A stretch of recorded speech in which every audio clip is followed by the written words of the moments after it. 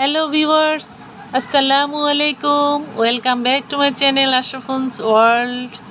বন্ধুরা, এমন কিছু রেসিপি আছে যেগুলো দেখলে মনে হবে এখনই বানিয়ে ফেলি, এই উপকরণগুলো তো ঘরে আছেই।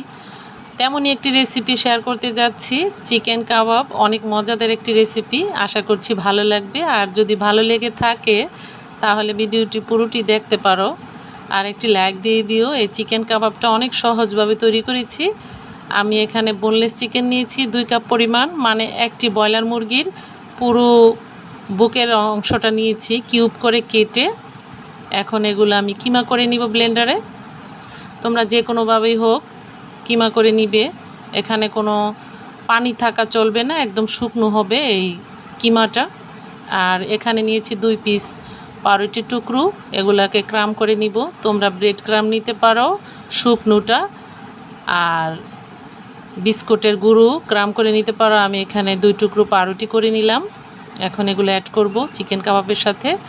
আর তোমাদের সাথে যদি ব্রেড ক্রাম বা পাউরুটি না থাকে, তোমরা এখানে বেসন দিতে পারো, কোনো সমস্যা নেই। বেসন দিলে আরও সুন্দর হবে।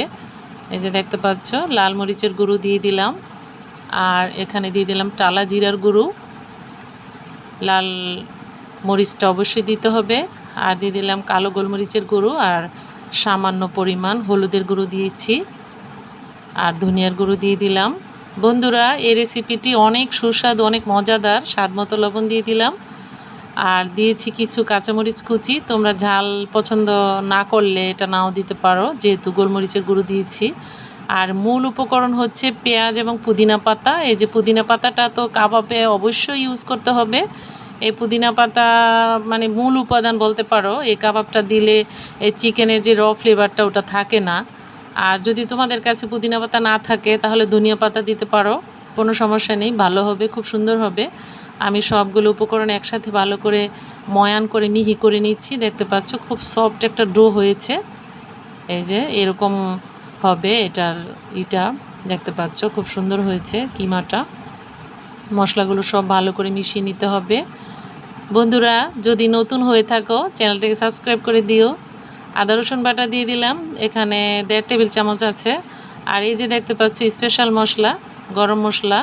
আমি এটা নিজে তৈরি করেছি, কয়েক ধরনের গোটা মশলা দিয়ে এই গরম মশলাটা। স্বাদ মতো চিনি দিলাম, আর দিয়ে দিলাম কিছু সামান্য 2 টেবিল চামচ তেল। এই তেলটা দিয়ে ভালো করে মেখে নিতে হবে। বন্ধুরা, এই মশলাগুলো নিবে অবশ্যই চিকেনের পরিমাণের উপর নির্ভর করে, অনেকটা আইডিয়া করে নিতে হয়। এখানে পুরো পরিমাণটা বুঝবে না, চিকেনের কম বেশি আছে। আমি চ্যাপটা করে শেপ করে নিচ্ছি কাবাবগুলো, একে একে সবগুলো করে নিচ্ছি। অনেক মজাদার একটি রেসিপি, ভিডিওটি দেখলে বুঝতে পারবে কত সহজভাবে করেছি। মাশাআল্লাহ, খুব সুন্দরভাবে চিকেনের কাবাবগুলি শেপ করে নিয়েছি। দেখতে পাচ্ছ, চ্যাপটা করে এগুলো তেলে ভেজে নিব। আর বন্ধুরা, তোমরা চাইলে এই কাবাবগুলি বানিয়ে ফ্রিজে রেখে দিতে পারো, ডিপ ফ্রিজে সংরক্ষণ করে রাখতে পারো, যখন মন চাইবে ভেজে খাবে। আর এই কাবাবটা এত সুস্বাদু হয়েছিল যে সবাই লুফে নিয়েছে, শেষও হয়ে গেছে অলরেডি।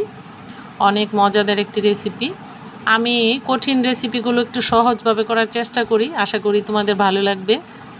এই যে দেখতে পাচ্ছ, আমি এখন এগুলো সব ভেজে নিব তেলে। চুলার ফ্লেমটা মিডিয়াম রেখেছি, হাই করে রাখলে উপরটা পুড়ে যাবে, ভিতরটা কাঁচা থেকে যাবে। যেহেতু এগুলো চিকেনগুলো কাঁচা, 10 থেকে 15 মিনিটের মধ্যে ভাজতে হবে। খুব সুন্দর ধৈর্য সহকারে উল্টে পাল্টে ভাজতে হবে বন্ধুরা। আর যারা আমার চ্যানেলটাকে সাবস্ক্রাইব করে দিয়েছ তাদের কাছে অনেক অনেক কৃতজ্ঞ।